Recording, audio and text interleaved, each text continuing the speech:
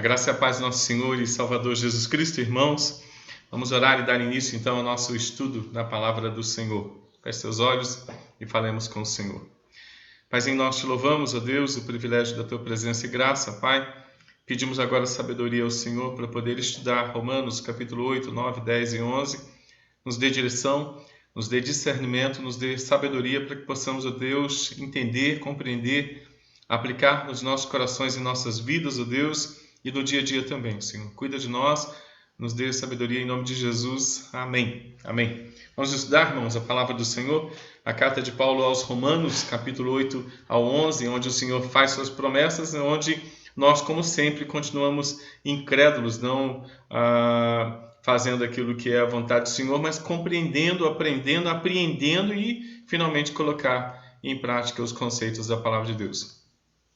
O grande princípio é, agora pois já nenhuma condenação há para os que estão em Cristo Jesus, porque a lei do Espírito da vida em Cristo Jesus te livrou da lei do pecado e da morte. Romanos capítulo 8, versículos 1 e 2, a gente vai entendendo e compreendendo, essas duas dimensões interessantes. A dimensão interessante de estar em Cristo Jesus, estar em Cristo Jesus e viver as dimensões claras do estar em Cristo Jesus. Então vamos aprender e colocar em prática em nossas vidas. Nunca mais aquele que recebeu a graça da salvação, nunca mais ele experimentará o afastamento, nunca mais experimentará a separação do amor do Senhor, pois este amor está fundamentado na morte, na ressurreição, nas estruturas apresentadas por Jesus Cristo, a base da nossa história, a base das nossas estruturas é aquilo que foi feito por Jesus Cristo ali na cruz do Calvário. Seja, tem a gente nascido na igreja, tem a gente chegado na igreja depois, as estruturas que nos guardam é aquilo exatamente que foi feito por Jesus na cruz do Calvário. Na primeira parte nós estudamos sobre a depravação total do ser humano, seja o ser humano fora da igreja, ou seja, o ser humano dentro da igreja que não leva a graça de Deus a sério. Ambos são depravados, e até aquele mesmo que leva a graça de Deus a sério também, a base da sua fé não é aquilo que ele faz, mas é aquilo que Jesus já fez. Aprendemos sobre a justificação nos capítulos 4, 5, 6 e 7, e agora vamos entendendo que essas promessas de Deus, essa capacitação, essa moldura do Pai, a graça toda-poderosa, nos ensina a caminharmos para o final, que é o capítulo 12, 13, 14, 15, 16, que fala da nova vida. Então vamos estudar hoje essa moldura da graça divina, essa estrutura. Deus faz a moldura e nos coloca na caminhada. Vamos falar um pouquinho mais dessa moldura do estar em Cristo Jesus, e fundamentar então a nossa fé naquilo que Jesus já fez. Ok. A justificação, ela transporta aquele que foi escolhido pelo Senhor para uma realidade muito nova, muito maior. Agora, o justificado está em Cristo Jesus, fundamentado naquilo que foi feito por Cristo Jesus. E aí a primeira promessa, não há mais condenação, ok? Para aqueles que estão em Cristo Jesus. Agora a gente é livre do peso da culpa, livre da condenação pelo pecado. O cristão, o servo de Deus, começa a sua nova caminhada sendo totalmente inserido na maravilhosa graça de Jesus. O cântico que a gente pode cantar, maravilhosa graça, maior que o meu pecado, a qual traz muitos benefícios, vários benefícios, e dizer todos os benefícios para este novo homem.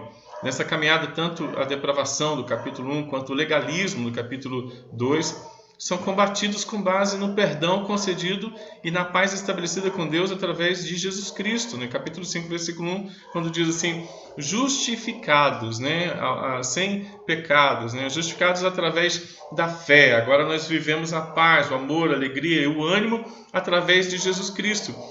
O que o Senhor fez foi nos justificar na cruz do Calvário, e agora através dessa justificação nós vivemos as dimensões práticas na consciência daquilo que foi feito por Jesus, E essa consciência, essa moldura, esse salvar de Jesus Cristo que invade a nossa vida no aqui e agora, no eternamente, e nos dá a dimensão prática no dia a dia, é a base para a gente ter um relacionamento bem interessante. Esse relacionamento leva ao crescimento, leva ao amadurecimento cristão, ao entendimento da luta interior que vem com a consciência renovada e que se torna cada vez maior e mais intenso à medida que a palavra, que a lei do Senhor é aplicada ao novo coração. E a gente entende isso, a gente vai entender isso da seguinte maneira. No tocante ao homem interior, tenho prazer na lei de Deus, mas eu percebo nos meus membros que tem uma outra lei, guerreando contra a lei da minha mente, que me faz prisioneiro da lei do pecado, que está nos meus membros. Desventurado homem que sou, quem me livrará do corpo dessa morte? Graças a Deus, por Jesus Cristo nosso Senhor. Então a gente se posiciona nessa guerra entendendo que a realidade da graça combate a vaidade, o egoísmo, o orgulho, né? E essa falta de fé, essa incredulidade que a gente tem, que eu tenho e que você tem. Por isso que Romanos vai nos ensinar que a gente precisa compreender o Evangelho. E a gente precisa ler o Evangelho diariamente, porque o Evangelho dá fé e vai matando a vaidade. Se a gente não lê a Bíblia, a vaidade invade e a verdade cai por terra. Se a gente cobre a vaidade com a verdade, aí a verdade é verdade e a vaidade é enfraquecida. Você quer ver um homem de Deus enfraquecido? É um homem de Deus que não se alimenta de vaidade. Ele não bebe a vitamina B dele, a vitamina Bíblia dele todos os dias, e por ele não usar a vitamina B dele, ele vai se enfraquecendo na graça. Como que pode, né, a gente enfraquecer na graça se a gente não tem o bom hábito de ler a Bíblia, né, e depois fazer oração? Tem gente que enfatiza só a oração, né? Tem que fazer oração, tem que fazer oração. Não, tem que ler a Bíblia, tem que ter vida devocional. Porque a vida devocional leva a gente a 3 atitudes. A vida devocional leva você a uma ação, a oração e a adoração, né? A oração não leva você, né, a nada disso, né? A vida devocional, a vida com Jesus, a vida de conhecimento de Jesus é que leva você à ação, à oração e à adoração. Então, antes de orar, leia a Bíblia, né? Compreenda a voz do seu Pai. Antes de falar com Ele, ouça a voz dele, né? E aí você ora, né? A gente tem uma guerra, sim, uma guerra interior. Se você prestar atenção, tudo o que eu precisava foi feito por Jesus na cruz do Calvário, né? Já foi feito por Jesus na cruz do Calvário. É o famoso tetelestai, né? Tetelestai. Está consumado, uma frase de Jesus lá em João capítulo 19, versículo 30. Só que se a gente não se alimenta da verdade, a vaidade humana, os desejos humanos começam a se levantar, até em termos de espiritualidade, e trazer uma explicação para a gente que não é a verdade, né? A gente tem livros escritos sobre isso, né? Provérbios foi escrito sobre isso, Eclesiastes foi escrito sobre isso. Aliás, Eclesiastes é a mensagem de hoje à noite aqui na nossa igreja. Eclesiastes capítulo 3, como lidar com o tempo do Senhor. Senhor, que tempo é esse? É tempo dele. Como que eu faço para lidar com esse tempo? Então está aí, né, à noite esteja conosco para ouvir sobre como lidar com o tempo do Senhor, tá bom? Nós temos uma luta guerreando contra a lei da nossa mente, a nossa própria carne. A nossa própria carne, quando ela não entende as verdades de Deus, ela está em conflito, né? Mas graças a Deus, por Jesus Cristo, nosso Senhor, que tira os conflitos do nosso coração e nos alicerça num condicionamento espiritual e não no condicionamento carnal, ok? Então, se você está passando por luta, vai ler a Bíblia, né? Toma remédio de Bíblia, né? Aí, você tomando remédio de Bíblia, as coisas começam a melhorar no coração. E aí, o Salmo 46 vai dizer assim: aquietai-vos e sabei que eu sou Deus, né? Sou exaltado entre as nações, sou exaltado na terra, sou eu que mando nas nações, sou eu que mando na terra, para que a terra se aquiete, ok? Vamos lá. A partir do capítulo 8, Paulo escreve sobre a aplicação da graça a favor, o favor imerecido do Senhor, anunciado nas suas promessas. Essa graça é a forma pela qual o Senhor chama os pecadores escolhidos para a salvação, a fim de aplicar neles todos os benefícios da obra salvadora de Jesus Cristo. A graça é o favor imerecido de Deus, onde Ele coloca para nós, em nós, tudo aquilo que a gente nunca iria merecer. Coloca para os gentios que se convertem, coloca na mentalidade do povo da igreja, né? Porque o que nos iguala com as pessoas de fora da igreja é o fato da gente estar dentro da igreja sem conscientização nenhuma daquilo que já foi feito por nós. Então, como que eu faço para ser uma praga, como as pragas que estão fora da igreja? Estou falando isso, mas o termo é errado, né? Como é que eu faço para ser tão gentio como os gentios que estão fora da igreja? É só não usar dos benefícios que foram dados de presente para você. É só não usar os benefícios que foram entregues para você na cruz do Calvário. É só não ter, né, tempo devocional, é só viver de qualquer jeito, que daqui a pouco você está igualzinho às pessoas que estão fora da igreja e que não entenderam nada dos projetos de Deus. É rapidinho para a gente ser a mesma coisa, né? Então entra, meu irmão, nesse condicionamento de treinamento, né? Vai ler a Bíblia, né? Leia a Bíblia, faça a oração, então, se você quiser crescer. Eu vou fazer uma música, né? Leia a Bíblia e faça oração se quiser crescer. Tá bom? Então vamos lá. Em um mundo de pessoas totalmente depravadas e separadas de Deus por causa do pecado, a graça vem como presente de restauração da comunhão, um presente preparado na eternidade e revelado aos filhos que foram escolhidos pelo Senhor Jesus Cristo. Esta é a base para os assuntos dos capítulos 8 a 11 da carta de Paulo aos Romanos, né? O mundo está cheio de estresse, de angústia, de desespero, de ignorância, né? E a gente corre o risco de, mesmo estando dentro da igreja, viver angústia, estresse e também ignorância. Então Paulo vem dizer assim, gente, vocês foram separados para não viver os estresses e angústias, né, que este mundo oferece. Vocês são as estruturas conscientes, né, para viver diferente daquilo que é a vontade de Deus para a vida de vocês, para que vocês então, como sal da terra, como luz do mundo, transborde a consciência da onipotência, da onisciência, da onipresença de Jesus. Mas vocês precisam ter isso. Gente justificada, gente santificada, gente caminhando para a eternidade, ó, amados, alegres, em paz, cheios do Espírito Santo, cheios de pensamentos do bem, cheios de atitude renovada, cheios de fé, cheios de mansidão e cheios de domínio próprio. Né? A dimensão boa da graça de Deus é que ela nos transforma aqui, para que aqui as nossas atitudes sejam conscientes, conscientizadoras, sejam atitudes que dignificam e glorificam aquilo que foi feito para nós, a justificação ali na cruz do Calvário. O tetelestai de Deus, o cumprimento das suas promessas perfeitas, nos muda, nos transforma, nos molda, nos dá forma para vivermos uma nova vida. Ok? Vamos ler e entender então, capítulo 8. Estar em Cristo Jesus. Separa aí a sua caneta, a sua Bíblia, né, seu óculos, seu caderno e vamos estudar então o capítulo 8. Né? Estar em Cristo. Vamos lá. A vida prometida ao homem, que é justo pela fé, é descrita como vida caracterizada pela habitação do Espírito Santo. Essa vida prometida ao homem, que é justificado pela fé, é necessariamente também a vida em que a lei de Deus está sendo estabelecida e cumprida. Vida que aqui e agora apresenta a promessa da ressurreição da vida eterna. Esse é o comentário da carta aos Romanos da edições paulinas, né? E trazendo para a gente a demonstração e a clareza de que aqueles que foram lavados pela graça de Deus, além de lavados pela graça de Deus, purificados pela graça de Deus, eles dão um bom testemunho onde estão inseridos. Né? E agora, o estar em Cristo, ele é definido por aquilo que a gente sente e pelo que as pessoas que olham para nós agora conseguem compreender, enxergar um novo homem, uma nova mulher cheia do Espírito Santo. Estar em Cristo é a chave de entendimento do capítulo 8.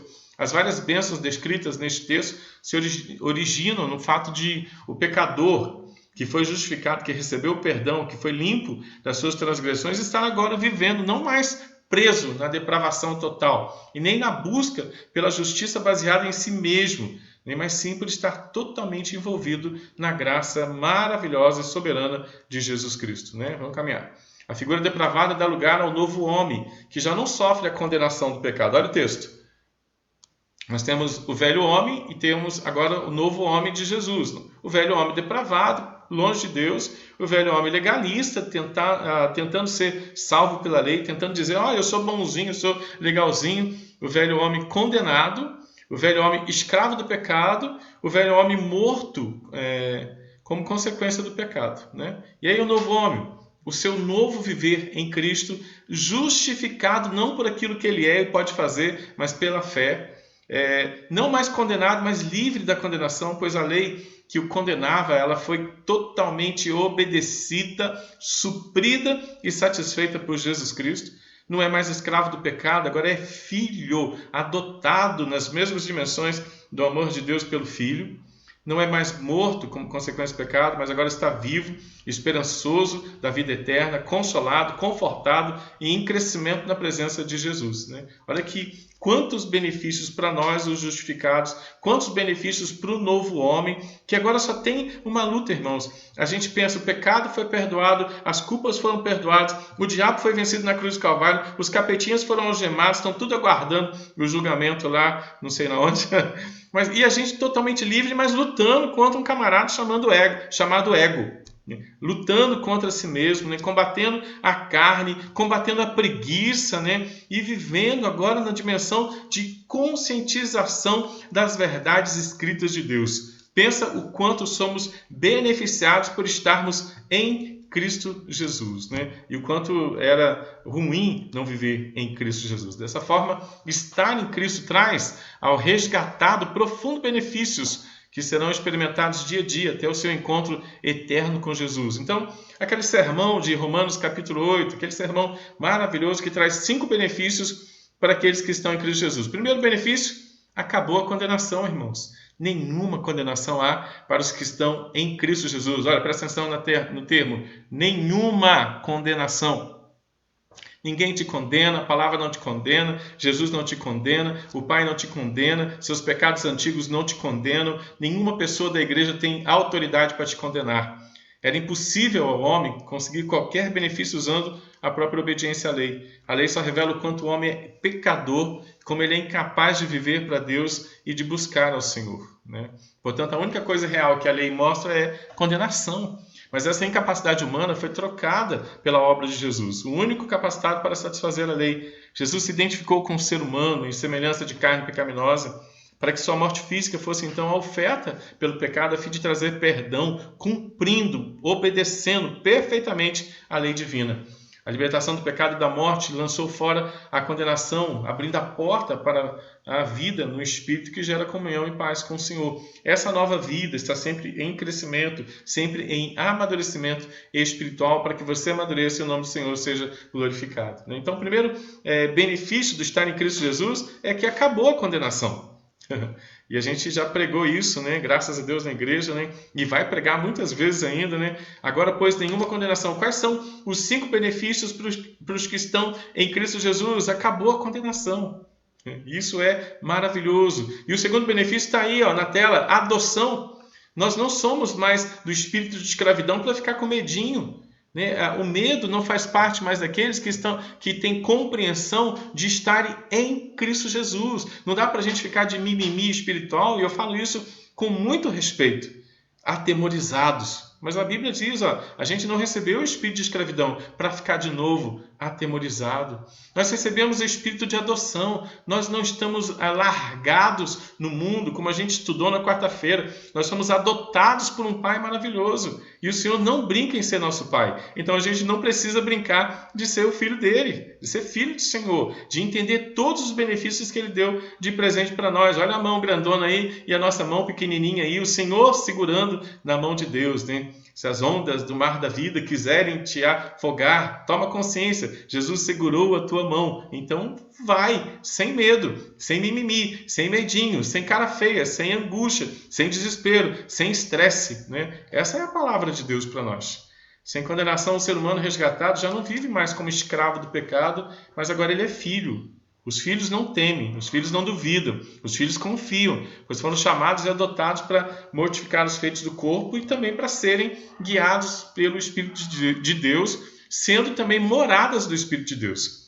O filho clama com intimidade pelo Pai, Abba, Pai. Tenha certeza da sua filiação, pois o próprio Espírito está testificando com o nosso Espírito todos os dias, quando a gente lê a Bíblia, que nós somos filhos de Deus.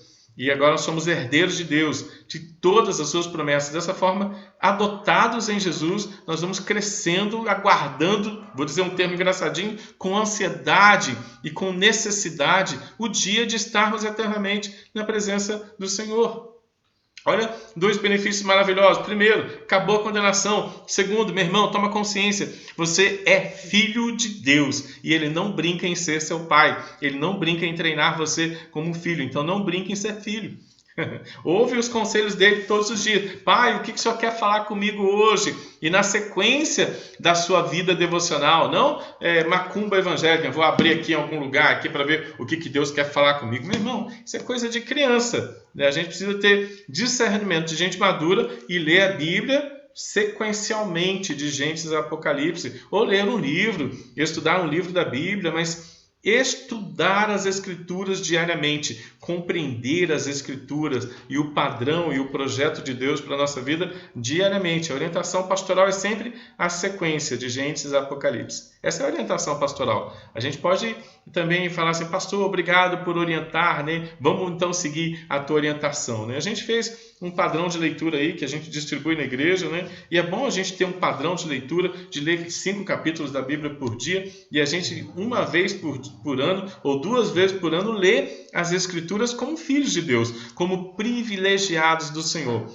Não há mais condenação, as Escrituras nos ensinam isso, Deus é o nosso Pai, as Escrituras também nos ensinam isso, e nós teremos o corpo redimido. Olha que maravilha que está na tela aí. Abre para nós, Mateus. Redenção do corpo, porque na esperança fomos salvos. A esperança que se vê não é esperança, pois o que alguém vê, como o espera? Mas se esperamos o que não vemos, com paciência o aguardamos, né? A paciência de entender e compreender que nós não somos dessa dimensão, nós somos de um lugar muito melhor. O novo homem restaurado, justificado, perdoado, ele aguarda com expectativa santa a redenção do seu corpo. O perdão e a nova vida não são somente para este mundo, para o aqui e agora, para essa realidade, mas eles abrem a porta para uma perspectiva muito maravilhosa, a vida eterna com o Senhor. Ou, se a gente quer usar o termo vulgar, morrer. Essa experiência, a expectativa do céu, conduz o salvo por uma vida de plenitude aqui, enquanto ele aguarda o seu encontro com o Senhor, né, aguardando ser restaurado definitivamente. Essa plenitude é vista em atitudes que transformam o ambiente, a sociedade, o lugar onde os filhos do Senhor estão inseridos, seja a família, o bairro, seja o trabalho, a escola, o dia a dia, as eventualidades, vai abastecer o carro, vai na padaria comprar pão, onde quer que ele esteja, ele é alguém em Cristo Jesus.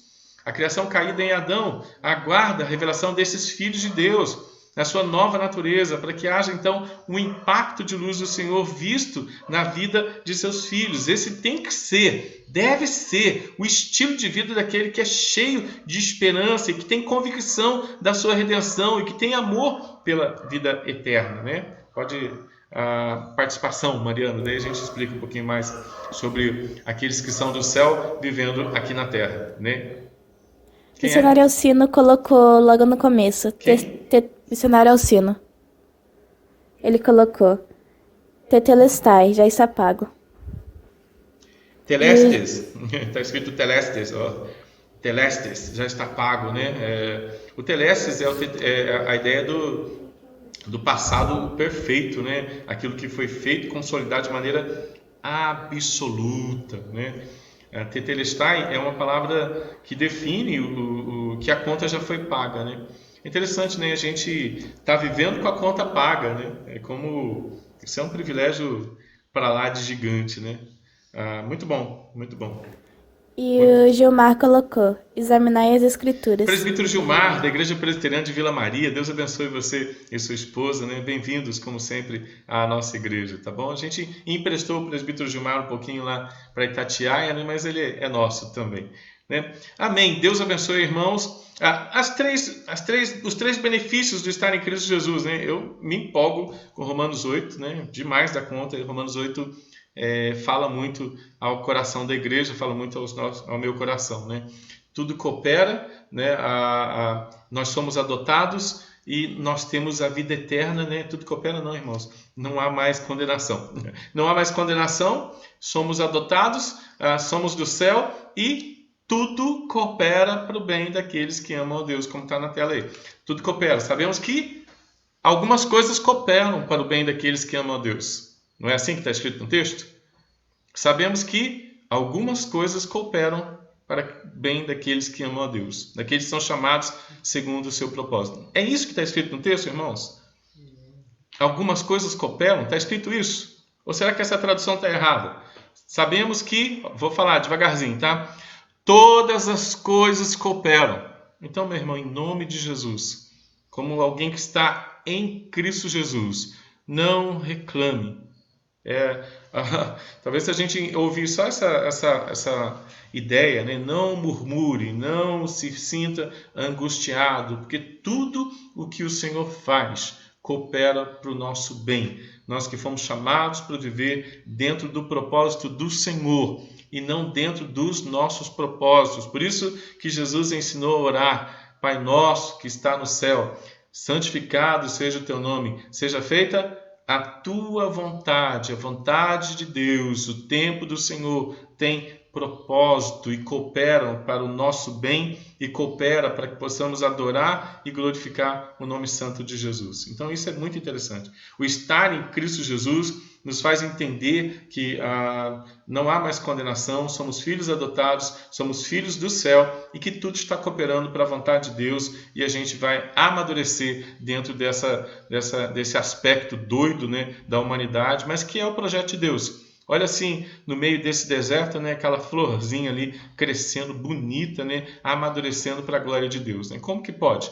Uma florzinha no deserto nem está tão bonita. Nós somos flores do Senhor no deserto e somos bonitos do Senhor, né? E as pessoas precisam observar isso porque estamos em Cristo Jesus. E Romanos 8 diz isso o tempo todo. Né? A convicção da graça salvadora leva ao entendimento fundamental e necessário que nós estamos muito bem, obrigado. Que tudo coopera para o nosso crescimento e para a perseverança do cristão transformado pela graça. O Espírito Santo que habita em você, servo de Deus, diariamente, traz à memória a certeza daquilo que Jesus já fez, da história completa, perfeita, eficaz, da redenção que resulta em descansar nele. Está tudo bem, meu irmão. Está tudo do jeito que o Senhor planejou. Está tudo cooperando para o desenvolvimento espiritual dos filhos de Deus. Como disse Gilmar, é só examinar as Escrituras e enxergar o Senhor no controle. Olha o que o texto diz. Os que de antemão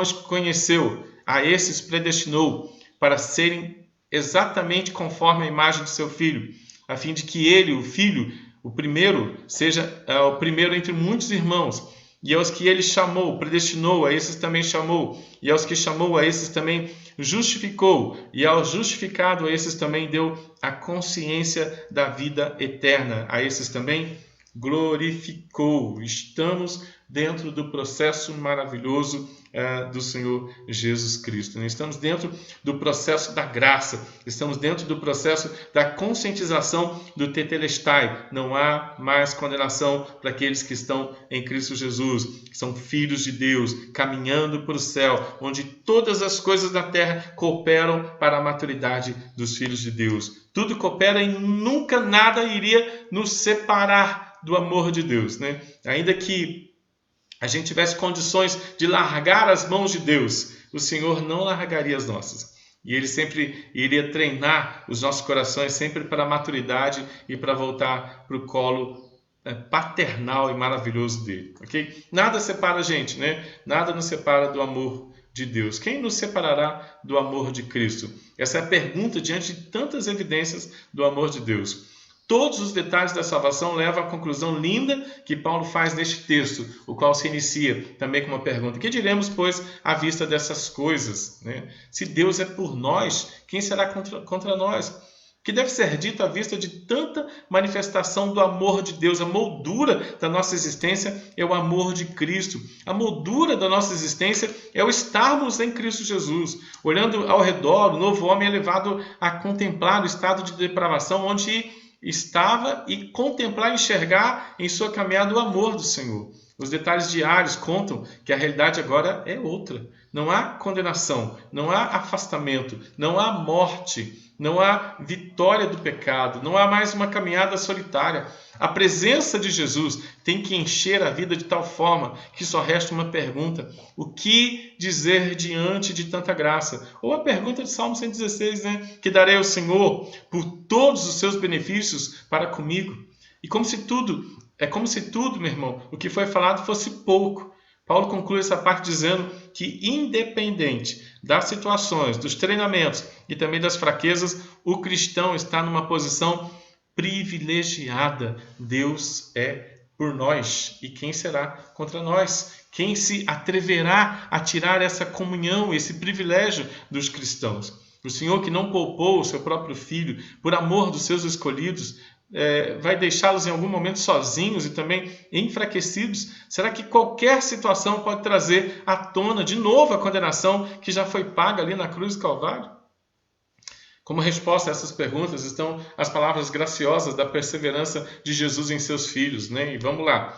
Quem intentará acusação contra os eleitos de Deus, se foi Deus quem os justificou? Quem condenará, se foi Cristo Jesus quem morreu ou antes que ressuscitou, está à direita de Deus e também intercede e ora por nós? Quem nos separará do amor de Cristo? Tribulação, angústia, perseguição, fome, nudez, perigo, espada. Está escrito, meu irmão, por amor de ti, fomos entregues à morte o dia todo, fomos considerados como ovelhas para o matadouro. Em todas essas coisas, porém, somos mais que vencedores. Através de quê? Através daquele que nos amou. Porque eu estou bem certo que nem morte, nem vida, nem anjos, nem principados, nem coisas do presente, nem do porvir, nem poderes, nem altura, nem profundidade, nenhuma criatura tem poder de nos separar do amor de Deus que está em Cristo Jesus, o nosso Senhor. Olha que moldura maravilhosa o Senhor deu para nós, para que a gente possa entender a sua graça e viver para a glória do seu nome que é santo. Meu irmão, você precisa de mais o quê? Romanos 8 vai dizer assim, que o Espírito Santo ora por nós, vai dizer que Jesus Cristo ora por nós, intercede por nós, e essa intercessão definitiva, ela tem o seu ápice ali na cruz do Calvário também, né? Fomos salvos pela graça. Estamos salvos pela graça. Estamos definitivamente salvos pela graça. O tetelestai do Pai não é uma brincadeira na sua história. Romanos capítulo 8. Essa moldura de Romanos, ela nos dá a dimensão para compreender o passado e para viver o presente e caminhar para o futuro na consciência da nossa glorificação. O que está faltando, meu irmão? Talvez falte conscientização para algumas pessoas, talvez falte conversa com o Senhor, talvez falte comunhão com as Escrituras. A gente precisa ter comunhão com as Escrituras, irmãos, para a gente entender isso, para que a vida da gente seja impactada, formada, transformada e adequada nos padrões de Cristo, e não formada e adequada nos padrões disto, né? Ou é Cristo ou são os padrões disto, né? Então, a gente pode entender a nossa moldura e glorificar o nome de Jesus. Não importam as circunstâncias, essa é a nova condição do justificado, mais que vencedor. Não há nada que mude essa verdade. Nunca mais aquele que recebeu a graça da salvação experimentará o afastamento, a separação do amor do Senhor, pois este amor está fundamentado na morte e ressurreição, no sacrifício, no tetelestai de Cristo.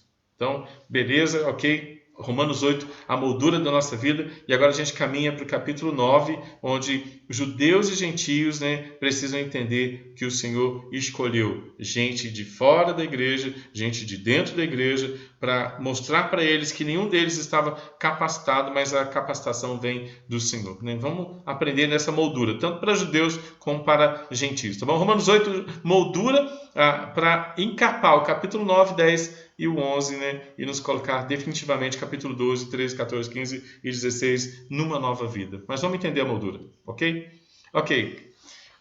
Capítulo 9 de Romanos. Para quem é tudo isso? Para quem são todos os benefícios da graça maravilhosa de Romanos 8? Para todos, sem distinção? Toda a humanidade caída em Adão experimenta os benefícios da justificação e a moldura de Romanos 8? Paulo precisa mais uma vez voltar à questão do nivelamento de judeus e gentios, na mesma condição de pecadores, conforme o capítulo 1, que fala dos gentios, e do capítulo 2, que fala dos judeus, para explicar que a redenção não está restrita a um grupo e que nem todos irão participar da redenção. O capítulo 9 trata de uma doutrina bem interessante, que é ensinada dentro de todo o contexto bíblico e que faz parte dos decretos de Deus, que se chama reprovação divina. Estando toda a humanidade nivelada na condição de pecadores, reprovados, não há justo nenhum sequer, nem a reprovação por parte humana, e sendo todos, portanto, merecedores da condenação por causa do pecado, não há injustiça da parte de Deus em deixar alguns permanecendo no pecado e separar outros para experimentar a sua graça. Não sei o critério do Senhor, mas o Senhor é livre para ter os seus critérios. A conversa de Paulo com os cristãos romanos sobre este assunto baseia-se na história de judeus e gentios. Os judeus formam o povo de Deus conforme ensinado no Antigo Testamento, lá em Gênesis capítulo 12. E os gentios são todos os demais povos que deveriam ser influenciados pelo povo de Gênesis capítulo 12. Nos versículos 2 a 5 do capítulo 9, Paulo faz uma lista das bênçãos e também dos privilégios concedidos por Deus ao povo judeu. Foram adotados, recebendo glória, aliança, lei, deles vem o culto, as promessas, os patriarcas e a descendência de Jesus. Isso é privilégio? Claro que é. Com Abraão, o Senhor estabelece aliança, mas ainda assim, essa aliança não era automaticamente passada aos filhos. Havia algo mais além do que a descendência carnal. E não pensemos que a palavra de Deus haja falhado, porque nem todos os de Israel são de fato israelita. Nem por serem descendentes de Abraão são todos seus filhos. Não é só o conceito de descendência carnal que leva o homem à salvação. Paulo estava resgatando a história de Abraão e das promessas feitas para Abraão, para a partir deste ponto dizer que não basta conhecer teoricamente ou fazer parte da descendência para efetivamente ser justificado. Há, acima de tudo, uma escolha de Deus, que é vista na própria descendência de Abraão com os seus netos Esaú e Jacó, filhos de Isaac, conforme o texto do capítulo 9, versículo 8 a 13, como diz. Isto é, os filhos de Deus não são propriamente os da carne, mas devem ser considerados como descendência os filhos da promessa, porque a palavra da promessa é essa. Por esse tempo virei e Sara terá um filho. E não ela somente, mas também Rebeca, ao conceber de um só Isaque, nosso pai, e ainda não eram nem os gêmeos nascidos, nem tinham praticado o bem ou o mal, para que o propósito de Deus quanto à eleição prevalecesse, não através de obras, mas por aquele que chama. E já foi dito a ela: o mais velho será servo do mais moço, como está escrito: amei Jacó, porém me aborreci de Esaú. A Bíblia de Genebra, ela faz a seguinte explicação acerca deste texto: o caso de Jacó e Esaú confirma de modo conclusivo o argumento de Paulo sobre a eleição com 3 considerações. Eles eram gêmeos, isto é, tão próximos de uma semelhança natural quanto era possível. O propósito de Deus reverteu até mesmo a distinção natural que existia entre eles, já que Esaú, o mais velho, teve que servir a seu irmão, que era o mais novo. Esse propósito divino foi estabelecido antes do nascimento deles e, portanto, independente de suas ações. A eleição não está baseada em ações, feitos ou fé antevistos, né? Ao contrário, ela se baseia na graça soberana e predestinadora do Senhor, né? Então, ok, não é só fazer parte de uma família, mas é crer naquilo que foi estabelecido por Jesus Cristo ali na cruz do Calvário. É entender a eleição, é ser impactado pela eleição, poder dizer: olha, eu entendo o que foi feito ali na cruz do Calvário. É não pegar carona no chamado do pai, no chamado da mãe, mas é compreender. É o pai entender: meu filho é chamado, as coisas vão acontecendo aí de qualquer jeito. Não, meu irmão, pai e mãe, é sentar com os filhos, é ler as escrituras para os filhos, é explicar para os filhos a redenção, é explicar para os filhos a graça, não deixar os filhinhos soltos, não. Mas é mostrar para eles, né, o privilégio que eles têm, né, de terem nascido, né, na família de Cristo. Né? O povo judeu talvez nós somos judeus, nós somos o povo escolhido mesmo, então a gente pode fazer o que quiser e viver de qualquer jeito e ponto final. Esse povo que está aí fora não foi escolhido mesmo, nunca vão entender isso, nunca vão fazer parte da graça. Não é assim. Né? Não é assim, né? A gente está dentro do privilégio, né, daquilo que foi feito por Jesus Cristo na cruz do Calvário, né? Mas vamos lá. A explicação de Paulo é clara. Não são somente os descendentes, né, que são salvos, pelo fato de serem judeus. A escolha eterna vem do Senhor. Então vem a pergunta semelhante do capítulo 8, mas com razões diferentes. Vamos lá. Que diremos, pois? Versículo 14, capítulo 9. Diante da explicação acerca da existência de uma escolha feita por Deus, que não se baseia em nenhuma obra humana, pois toda obra humana não passa de imundície, como diz Isaías, capítulo 64, mas todos nós somos como imundo, todas as nossas justiças como trapo de imundícia, todos nós murchamos como a folha, e as nossas iniquidades como um vento nos arrebatam, né? Deus estaria sendo injusto ao escolher? Paulo vai responder, não, de modo nenhum. Deus escolhe quem Ele quer. A base para o pensamento correto acerca deste assunto precisa ser a depravação total. Todos igualados em depravação e totalmente pecadores. Neste grupo não há melhores, não há preferidos, todos são iguais. No entanto, irmãos, Deus escolheu alguns dentre essa totalidade de pecadores, de todas as tribos, povos, línguas e nações, para formar um povo que seja um povo exclusivamente seu, conforme Paulo ensina na carta a Tito, o qual a si mesmo se deu por nós, a fim de remir-nos de toda iniquidade, purificar para si mesmo um povo exclusivamente seu, um povo que tem judeus, um povo que tem gentios, um povo que tem gente que o Senhor predestinou e chamou na eternidade. É bom sermos famílias do Senhor, mas isso não quer dizer que Deus chamou só a nossa família. É bom sermos igreja do Senhor, mas isso não quer dizer que Deus chamou só a nossa igreja. Tem um monte de gente que o Senhor chamou, tem um monte de gente que o Senhor vai usar você para ser estruturado na moldura de Romanos 8 e ser graça beneficiadora na vida dessas pessoas.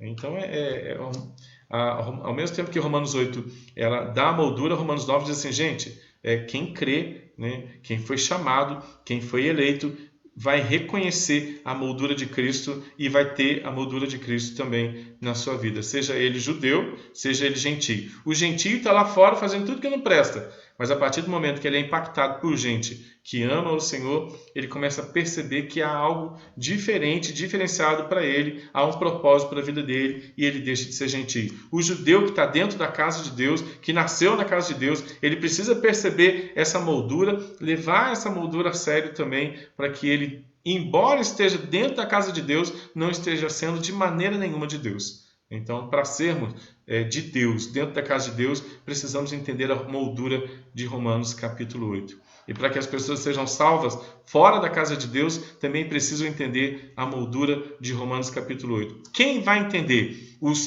predestinados de Romanos capítulo 9. Os que Deus chamou na eternidade, seja dentro da casa de Deus ou fora da casa de Deus, um dia serão a casa de Deus, porque vão amar o Senhor Jesus Cristo, vão amar a palavra escrita de Jesus Cristo, vão amar a igreja de Jesus Cristo, respeitar as suas autoridades, levar a sério os seus dons e ministérios, vão amar os irmãos em Cristo Jesus e vão proclamar as virtudes de Cristo para as pessoas.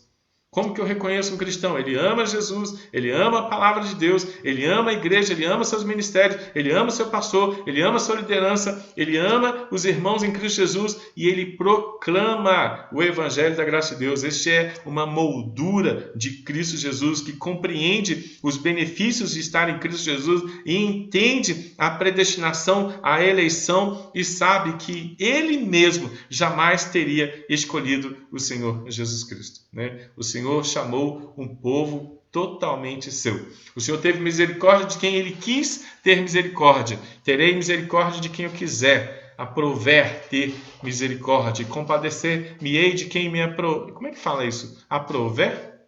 Tá certo isso? De quem me aprouver ter compaixão. Assim, pois, não depende de quem quer. Não depende de quem corre. Mas Deus ter usado a sua misericórdia lá. Esse é capítulo 9, né? Embora esteja 8 aqui, né? Esqueci de mudar esse capítulo 8 para capítulo 9, né? Muito bem.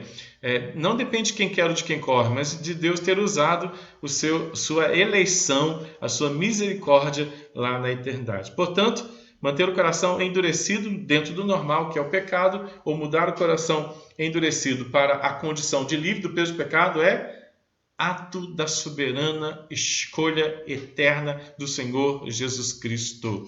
Não há como falar em escolha divina sem falar em soberania. O Packer vai dizer no seu livro Teologia Concisa assim: o domínio de Deus é total. Ele deseja o que escolhe, ele executa tudo aquilo que ele deseja e ninguém pode deter a sua mão ou impedir os seus planos, né? Olha que coisa linda, né? O tempo de Deus é perfeito, o Deus do tempo é perfeito e a gente se submete. Romanos 8, você é a moldura. Romanos 9, se submeta ao Deus que na eternidade, né, resolveu amar você, que decidiu amar você, que decidiu escolher você. Ele quis, aconteceu, e agora o que ele requer de você é glória ao nome dele, né? Conscientização daquilo que foi feito por ele. O domínio de Deus é completo, é Ele que manda pandemia, é Ele que tira pandemia, Ele que estabelece governo, Ele que tira governo, Ele que manda no presidente, Ele que manda nos governadores, Ele que manda, Ele até coloca o homem mau para o dia mau, né? O Senhor está no domínio absoluto de todas as coisas. Então a tua oração bonitinha seja feita a tua vontade, Senhor, mas me dá maturidade para compreender, te glorificar, te bendizer, te exaltar, te adorar e não reclamar, porque todas as coisas cooperam para o meu bem, todas as coisas têm o propósito de amadurecer. Sabemos ou não sabemos que todas as coisas cooperam para o bem daqueles que amam a Deus, daqueles que foram chamados para viver segundo o seu propósito, para aqueles que foram predestinados, eleitos na eternidade para compreender os propósitos de Deus e glorificar o nome excelso do Senhor. Esse é o seu propósito. Então, aleluia, glória a Deus, a compreensão da moldura nos leva à conscientização da eternidade e da soberania do Senhor em escolher ou não escolher.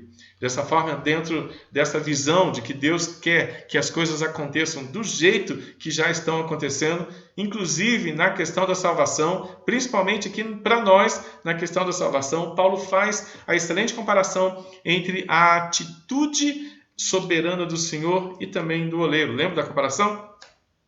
Tu, porém, me dirás, de que se queixa ele ainda? Pois quem jamais resistiu à sua vontade? Quem és tu, ó homem, para discutires com Deus? Porventura, pode o objeto perguntar a quem o fez, por que me fez assim? Por que está fazendo assim?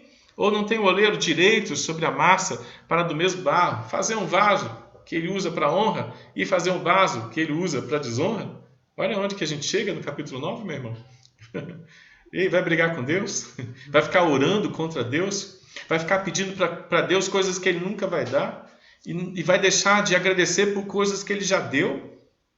Como que a gente briga com Deus, hein? Como é que a gente fica resistindo à vontade dEle? Mas não tem influência nenhuma resistir à vontade de Deus. A gente fica discutindo com Deus. Não estou gostando do jeito que o Senhor está fazendo a pandemia, acaba logo com isso, deixa Deus fazer a pandemia do jeito dele, meu irmão.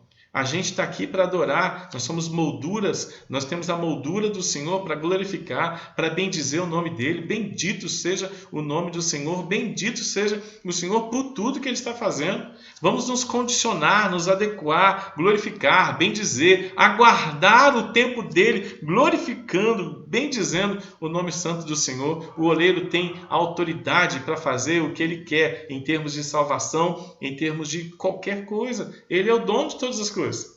Vamos botar um sorriso no rosto aí, meu irmão, glorificar e bendizer o nome do Senhor. Seja feita a sua vontade. Tem gente orando contra o Senhor o tempo todo. Vamos fazer uma campanha de oração contra o Senhor. Que é isso, meu irmão? Vai ficar brigando com Deus? É lógico que a gente está pensando em termos de salvação, mas a gente está pensando também em domínio do Senhor. O Senhor está no controle, o Senhor é o soberano, o Deus de todas as coisas. Okay? A soberania do Senhor mostra que Ele é o dono de tudo. E o que Ele faz, o que Ele fez? Todas as coisas. O Senhor fez todas as coisas para determinados fins e propósitos, e até mesmo o perverso, e até mesmo o dia mau, para o perverso para o dia da calamidade, o dia dos dias maus. Okay? Provérbios capítulo 16. Vale a pena ler todos os versículos de Provérbios capítulo 16, e ele encerra dizendo assim, que a gente lança o pão, né, na água, mas do Senhor vem toda a decisão. Né? O Senhor decide todas as coisas, o Senhor planejou todas as coisas. Todos os detalhes também da salvação foram escritos pelo Senhor, e Ele escreveu e formou na eternidade a vida de pessoas que seriam salvas, e escreveu na eternidade pessoas que não seriam salvas. Isso machuca alguém? Isso é o assunto de Romanos capítulo 9. Eu escolhi quem eu quis e não escolhi quem eu não quis. né? Tem coisas que eu amo e tem coisas que eu não amo. Tem pessoas que eu amo e tem pessoas que eu não amo. Está escrito lá em Romanos capítulo 9. E a gente tem uma compreensão, não, o Senhor ama todo mundo, irmãos, o Senhor ama os eleitos, né? Os eleitos cumprem os propósitos do Senhor. Os que o Senhor não ama não irão glorificar o seu nome, não irão clamar pelo seu nome, não irão entender o nome do Senhor. Né? A moldura de Romanos 8, né, nos dá autoridade para vivermos dentro dos propósitos do Senhor, na consciência da sua eleição, na consciência da predestinação e na consciência da soberania de Deus. A explicação de Paulo sobre esse assunto tem como objetivo ensinar que essa escolha não depende de descendência humana. Os judeus tinham tudo e achavam que pelo fato de terem a lei já estavam então justificados. Os gentios estavam alheios a essa justificação, mas a receberam porque Deus quis assim. Porque Deus está no controle. Porque aquele que está dentro da igreja e não leva o Senhor a sério é como aquele que está fora da igreja e também não leva o Senhor a sério. É tudo gentio.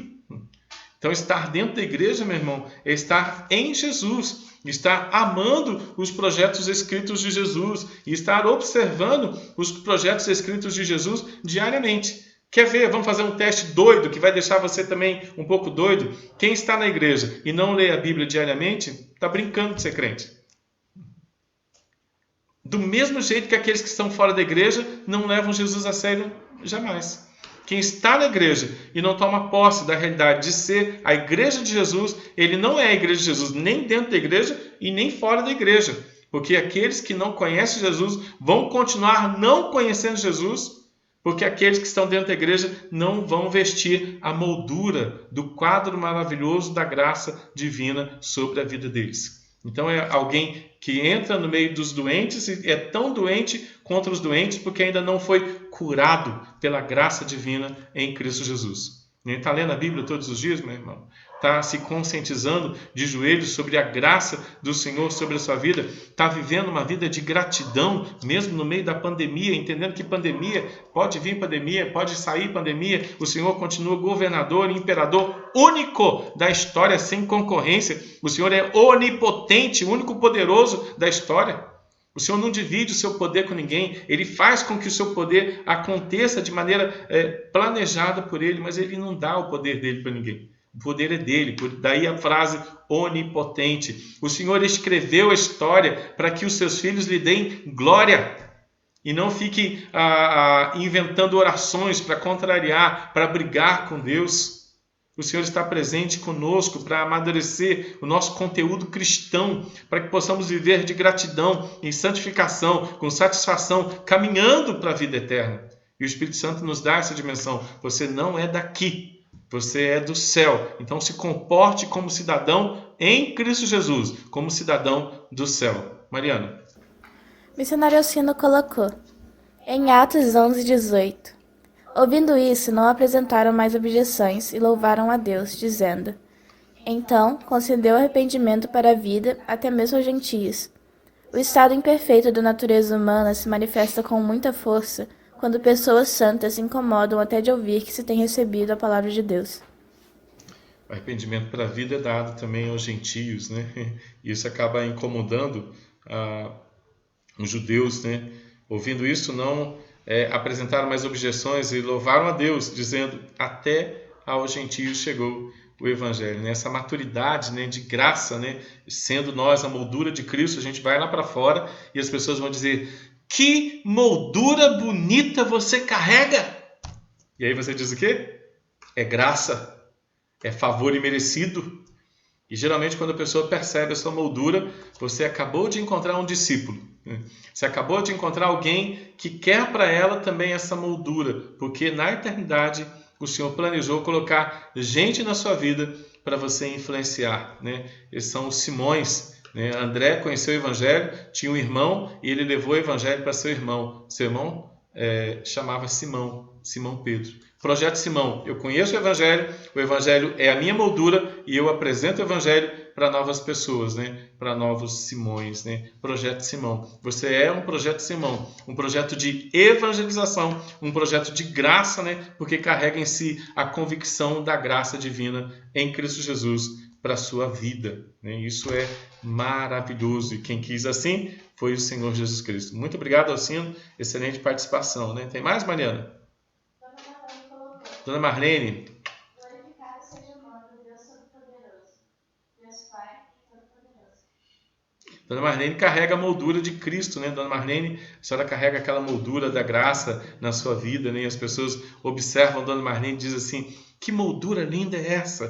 E a gente pode dizer, é a graça de Romanos 8 na minha vida, né? Deus abençoe, Dona Marlene. A senhora é claramente Romanos 8, né? Na vida das pessoas que te conhecem. Deus abençoe muito a senhora, Deus abençoe muito as pessoas em Cristo Jesus, né? Que levam a sério essa moldura de Romanos capítulo 8 e vivem isso no dia a dia, né? Deus abençoe. Vamos caminhar. A Bíblia toda trabalha a questão da escolha incondicional de Deus, trazendo vida para quem não merecia nada, com base unicamente no querer eterno do Senhor, não tendo distinção de raça, sendo abrangente para todos os povos, né? O texto que o Alcino leu em Atos, capítulo 11, 18, fala sobre isso, né? Ok, mas vamos para o capítulo 10, vamos falar sobre a incredulidade. O Isaac está dizendo que a voz da Mariana não saiu, Mariana. Então vamos de novo ler o texto ali. A Dona Marlene colocou: glorificado seja o nome do Deus Todo-Poderoso. Graças seja para Deus, o Deus Pai e Todo-Poderoso. Saiu agora, gente, a voz da Mariana, sobre a participação da Dona Marlene. Saiu a participação do Isaac? Saiu? Do Isaac não, do Cicino, né? Agora Isaac avisando, né? Muito bem. Vamos caminhar para o capítulo 10, né? Capítulo 8, moldura. Capítulo 9, né? Predestinação. E no capítulo 10, acreditem, irmãos, vem a tal da incredulidade. Depois de explicar a questão da escolha, Paulo se volta novamente para a atitude incrédula dos judeus. Quanta dificuldade para entender o chamado de Deus, quanta dificuldade para entender que não basta viver preso a teorias quanto à salvação. Paulo chega a dizer que eles têm zelo pelo Senhor, mas zelo sem entendimento. Né? Como é que pode ter zelo pelo Senhor sem entendimento? Como é que pode viver de teorias, né, sem entendimento?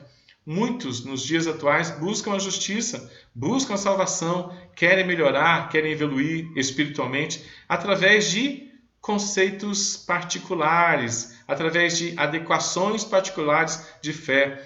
Até gostam de Deus, até falam do nome de Deus, mas não têm o entendimento para a salvação. Estão cegos em suas próprias legalidades, assim como os judeus estavam, né? Não é só a gente trazer definições de Deus. A gente fala assim, porque ser certo na minha lista, a lista do meu pai, ser certo era isso, isso, isso e isso. A lista da minha religião, ser certo é isso, é isso, é isso e isso, né? As doutrinas da minha religião é isso, isso, isso. Mas e as doutrinas do pai? Não, a gente está certo porque a gente conhece o legalismo da lei. A gente está certo porque a gente segue os bons conselhos. Eu não mato, eu não roubo, eu pago as minhas contas em dias, eu não faço mal para ninguém, né? O que eu puder ajudar, eu ajudo, né? Então eu sou bom. E Paulo está dizendo que não é só isso. Que não é só estar cego dentro de princípios que são bons princípios, mas que não são a moldura de Romanos capítulo 8. Então, os judeus começam a dizer, nós temos Moisés, nós temos Abraão, nós temos Isaac e Jacó, nós temos conceitos bem definidos sobre o sábado, sobre eu esqueci o termo, a circuncisão, né? Nós temos a circuncisão, nós temos a lei, nós temos o sábado, né? Então nós somos certinhos, nós não precisamos de nada. Precisa de Jesus, irmãos. Precisa se render a Jesus, precisa da graça, precisa ser moldurado de que não há mais condenação. Não há nenhuma condenação para aqueles que estão em Cristo Jesus. Precisa ter a moldura da compreensão da paternidade de Jesus Cristo. Precisa ter a conscientização do governo absoluto de Jesus Cristo. Precisa ter a conscientização de que todas as coisas vão muito bem, obrigado, por causa de Jesus Cristo. A consciência de que o preço foi pago ali na cruz do Calvário. A consciência do tetelestai, que o Alcino colocou o termo até no grego lá para a gente apreciar, está aí em cima, para a gente poder ver o texto, né? Precisa ter a consciência de que já foi pago um alto preço por Jesus Cristo. Precisa ter vida devocional diária, meu irmão. precisa ter amor pela igreja, precisa ter respeito pelas autoridades constituídas, precisa respeitar o Pai, né? A lei não salva, mas a partir do momento que o salvo é salvo, a lei é do salvo. E ele passa a amar a lei, não por uma obrigação, não por uma norma de justificação, mas por um privilégio de santificação. Se a lei for norma para justificação, ela não presta. Mas se a lei é privilégio da santificação, então ela é feita com santificação. Se olhar para a glorificação traz uma alegria, então é porque a gente já entendeu o que foi feito. Se olhar para a glorificação traz um peso, um desespero, até um medo e um estresse, é porque a gente ainda está cego nas nossas leis, estamos cegos nas nossas condições humanas, sem entender a graça que foi estabelecida ali na cruz do Calvário. Paulo mais uma vez ensina que a lei, a justiça própria, não conduz à salvação, mas que o objetivo da lei é revelar Cristo, o único que foi capaz de cumprir a justiça. As palavras do apóstolo são um apelo para os judeus, assim como são um apelo para todos aqueles que hoje querem se sentir bem espiritualmente e emocionalmente baseados em si mesmos. Querem sentir um bem social, um bem espiritual e um bem emocional fundamentado apenas em si mesmo. A palavra está perto, a palavra da salvação é anunciada, mas muitos não conseguem ver, não conseguem ouvir, perdão. Diz assim a palavra de Deus, porém que se diz, a palavra está pertinho, na tua boca, no teu coração, a palavra da fé que pregamos. Se com a tua boca confessares Jesus como Senhor, no teu coração creres que Deus o ressuscitou dentre os mortos, isso é toda a vitória da graça, então você está salvo. Porque com o coração se crê para a justiça, com a boca se confessa a respeito daquilo que já foi feito na cruz do Calvário. A nossa estrutura, a nossa vida, o nosso fundamento não é os legalismos familiares, nem mesmo os legalismos religiosos, nem mesmo os legalismos eclesiásticos, quando eles não são fundamentados em que Jesus já pagou o preço na cruz do Calvário. A moldura da nossa existência é Romanos capítulo 8. A gente está livre, está salvo, está amado, está alegrado, está pacificado, está animado para viver bons pensamentos, novas atitudes, para ter fé, para viver uma vida de mansidão, de bom testemunho e ter domínio próprio nas nossas relações com as pessoas. Dominar o corpo através daquilo que o corpo de Jesus já fez por nós na cruz do Calvário. Isso é privilégio demais a conta para a gente duvidar daquilo que já foi feito por Jesus Cristo na cruz do Calvário. Capítulo 10 é interessante, pois Paulo acaba de sair do ensino da escolha, da predestinação, da oportunidade de salvação aberta a todos os povos, por causa da graça incondicional de Deus, e agora passa a falar sobre a falta de compreensão de algo que é tão profundo, tão claro, tão absoluto. Não depende de você. Então, não cobre dos outros aquilo que você não tem condições ainda de viver. Viva a graça, seja a moldura de Cristo, seja absoluto nos conceitos de doutrina cristã, doutrina da graça, né? E se cobre, meu irmão. O fariseu ele só cobrava a atitude dos outros, e o transformado cobra a atitude de si mesmo. Essa palavra nem é minha, essa palavra é do Packer. O fariseu cobra a atitude dos outros, já o transformado cobra de si mesmo, né? Ele não tem tempo de ficar cobrando dos outros, ele tem tempo de ajudar os outros com a ajuda que ele já teve de Romanos capítulo 8. Então, não é dentro da nossa compreensão. Existe uma confusão, mas não para aqueles que creem, independente de quem sejam. Desse ponto sobre a salvação, Paulo fala da importância da pregação, do anúncio. A escolha divina não tira dos salvos, daqueles que já entenderam o seu chamado, o privilégio de anunciar o Evangelho. Porque é através do Evangelho que outros escolhidos irão ser acordados e despertados. E a grande pregação do Evangelho que os gentios têm é você. Você é graça na vida das pessoas que o Senhor já colocou na sua vida. Não cobre de missionários, de pastores, de presbíteros, de diáconos, serem graça na vida daqueles que o Senhor colocou na sua vida. Deus deu de presente para você algumas pessoas, né? Você pode pedir ajuda, mas não cobrar, né? Que eles façam o que você foi chamado para fazer. Quem é que vai cuidar da sua família? Em nome de Jesus, seja bênção e estrutura na sua vida. Precisar de ajuda, a gente vai ajudar, mas é você que Deus chamou. As pessoas que trabalham com você, foi você que Deus chamou. As pessoas que estudam com você, foi você que Deus chamou. Os seus vizinhos, foi você que Deus chamou. Então seja graça consciente, seja moldurado pela graça de Jesus e vai abençoar a vida deste povo. Tá bom, irmãos?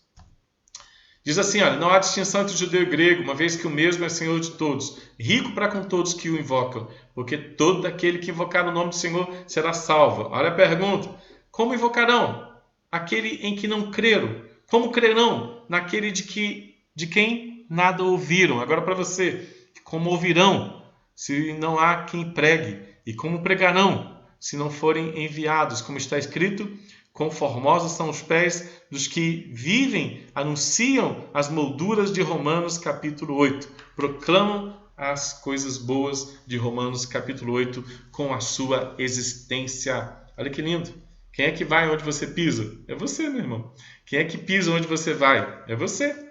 Então seja referência de graça nesses lugares onde Deus já colocou você. Você não está numa família para a glória do seu nome. Você não mora na sua casa para a glória do seu nome. Você não estuda na escola para a glória do seu nome. Você não trabalha onde você trabalha para a glória do seu nome. Tudo que a gente faz sem viver a moldura de Romanos capítulo 8 é vaidade. Tudo que a gente faz vivendo a moldura de Romanos capítulo 8 é verdade. Seja as suas posses, né? Estou falando de Eclesiastes 2 agora. Posses sem o Senhor é vaidade. Sabedoria sem o Senhor é vaidade. Trabalhar sem o Senhor é vaidade, né? Eclesiastes capítulo 2. As 3 visões de Eclesiastes capítulo 2. Eu ia pregar Eclesiastes capítulo 2. Aí eu falei assim, não, eu quero falar do tempo do Senhor. Vou falar de novo do tempo do Senhor. Vou falar sempre do tempo do Senhor, para que eu mesmo entenda e para que aqueles que o Senhor der o privilégio de eu pregar essa palavra também entendam. O tempo é do Senhor e a gente não pode ficar tentando mudar aquilo que é imutável. O Senhor está no controle, né? Sejamos graça de Deus, usemos as nossas posses para a glória de Deus, para a verdade, não para a vaidade. Usemos a nossa sabedoria para a verdade e não para a vaidade. Usemos o nosso trabalho para a verdade e não para a vaidade. Usemos as nossas famílias para a verdade. Usemos tudo o que o Senhor colocar em nossas mãos para a verdade. Então, possamos ser graça de Deus na vida daqueles que estão por perto de nós. Quão formosos serão os pés daqueles que viverem a moldura de Romanos capítulo 8 na vida das pessoas, né? Quão formosos são os pés dos que anunciam as coisas boas, né? Que coisas boas são essas, né? Que darei ao Senhor por tanta coisa boa que o Senhor já deu por mim. Meu irmão, simplesmente exale o bom perfume de Cristo na vida das pessoas. Paulo quer acabar com a diferença entre judeus e gentios, ensinando sobre a misericórdia revelada pelo Senhor nas coisas criadas e de forma especial na sua palavra, que se tornou viva em Jesus. Para o apóstolo, o que era mais importante era a formação de um povo novo, salvo, rendido ao Senhor, que ouve a sua palavra e é transformado pela palavra do Senhor. No entanto, os judeus não estavam se humilhando, capítulo 10, diante da salvação de Jesus, mas estavam reafirmando a salvação através de seus esforços, ou tentando conciliar uma coisa à outra. Essa situação, essa falta de fé somente em Jesus, essa tentativa de adequação humana à salvação, não ficou restrita somente aos judeus, mas passou a se arrastar pela história da humanidade, pela história da igreja e entre os cristãos da Idade Média. Isso foi a grande crise, né, da Idade Média. Essa coisa de Jesus e mais alguma coisa. Jesus e mais os meus pensamentos. Jesus mais a minha tradição familiar. Jesus mais o meu pai. Jesus mais a minha mãe. Jesus mais a minha igreja. Não, irmão. É só Jesus. É só Jesus. A carta de Gálatas é escrita para dizer assim, para de viver trazendo novos conceitos para Jesus. Jesus basta. Para de inventar novo evangelho. Para de inventar nova oração. Para de inventar nova ação. Para de inventar nova adoração. É só Jesus. Nada mais que Jesus. Jesus basta. Jesus é tudo que a gente precisa. Jesus é eficiente. Jesus é suficiente. Jesus é o Todo-Poderoso. Jesus é o único poderoso. Jesus é o onipotente. Nós não precisamos de concorrência com nada. Jesus basta. A ideia da colaboração na salvação é algo ensinado, muito ensinado e difundido. Traz consequências à vida de fé até hoje, né? O fato é que Deus escolheu, usou de misericórdia, e isso basta para a salvação. Enquanto os judeus estavam rejeitando, se apoiando nos seus conhecimentos de lei, para de certa forma serem merecedores da salvação, o Senhor estava anunciando a salvação e revelando os seus escolhidos entre os gentios. Eu fui achado pelos que não me procuravam, revelei-me aos que não perguntavam por mim, porque os padrões de busca do Senhor nem sempre são os padrões de busca espiritual que Ele deixou revelado na sua palavra, né? O padrão de entendimento, de compreensão do Senhor é Jesus Cristo e só Jesus Cristo, né? Lembre-se que a Torre de Babel foi feita de baixo para cima e foi elaborada para chegar até lá em cima, para que o homem fosse conhecido e fosse famoso. E o que o Senhor fez com a Torre de Babel? A Torre de Babel foi a primeira comunidade da confusão, comunidade Babel, comunidade da confusão. E o homem começou a buscar o Senhor dentro dos seus padrões, dentro de seus pensamentos, dentro de seus planejamentos, para adequar o Senhor aos seus padrões, né? Como diz o reverendo Heber Júnior, ele diz assim: o Senhor nos fez a sua imagem e semelhança, e a gente quis dar de presente para o Senhor também a nossa imagem e semelhança, né? O Senhor olha para o nosso padrão, né, e obedece também ao nosso padrão. Isso é confusão. Olhe para o padrão do Senhor, o padrão dele é Cristo, sua imagem e semelhança. Essa é a Imago Dei, dada de presente para nós. A Imago Dei se chama a Imago Christus, dada de presente para nós. E a gente quer levar a Imago Humanus para o Senhor e dizer assim: Senhor, vive de maneira humana, né, os nossos pensamentos, os nossos planejamentos e responde às nossas orações dentro dos nossos padrões. Ó Pai nosso que estais nos céus, santificado seja o nosso nome. Venha a Ti o nosso reino. Seja feita a nossa vontade aqui na terra e também aí no céu. A gente tem essa mania maldita de querer enquadrar o Senhor nos nossos anseios, estresses e dificuldades. Mas o Senhor tem o padrão dele, meu irmão. E é o padrão dele que vale a pena. Tá bom? Vamos caminhar. Capítulo 11 para a gente fechar. Aleluia, glória a Deus, a misericórdia de Deus e a sabedoria divina. Vamos lá. Paulo inicia seu ensino agora no capítulo 11 com uma pergunta. Será que Deus teria rejeitado o seu povo? Ele fala dele mesmo como israelita, descendente de Abraão, e relembra a situação de Elias no Antigo Testamento, pensando que estava sozinho na sua luta contra a idolatria de Israel. E Deus mostra a ele que havia reservado para ele um povo fiel. Não estamos sozinhos, né? Aqueles que buscam o Senhor, fiquem tranquilos. Aqueles que entenderam a moldura de Cristo Jesus, fique sozinho. Fique sozinho não, fique tranquilo. Você não está sozinho. Tem mais gente levando Jesus a sério. Tem um monte de gente que não está levando Jesus a sério. Isso é praticamente visível. Dá para a gente fazer uma lista, né? Quem é que não está levando Jesus a sério? Bom, lá dá para fazer uma lista. Deus pode fazer essa lista, né? Tem gente que não está levando Jesus a sério, irmão. E a gente percebe que leva Jesus a sério quando a gente olha para Jesus e fala assim: te amo, vou ler tua Bíblia. Te amo, vou amar a tua igreja e mesmo não podendo congregar ainda, eu vou ser a sua igreja. E mesmo quando eu puder congregar, vou continuar sendo a tua igreja, dentro da igreja e fora dela. Porque eu amo o Senhor, eu amo tua palavra e eu amo ser igreja e congregar sendo igreja do Senhor. Amo os meus irmãos e tenho interesse que meus irmãos amadureçam na consciência do Senhor, na consciência de serem molduras do Senhor. E amo proclamar as tuas virtudes para aqueles que ainda não te conhecem, né? Então isso demonstra, né, que a gente é do povo fiel do Senhor, né? A gente entende o Senhor Jesus como Deus Todo-Poderoso, a gente entende que o Senhor Jesus escreveu a história da humanidade e a gente entende que o Senhor Jesus nunca nos deixou sozinhos, né? Isso é muito importante.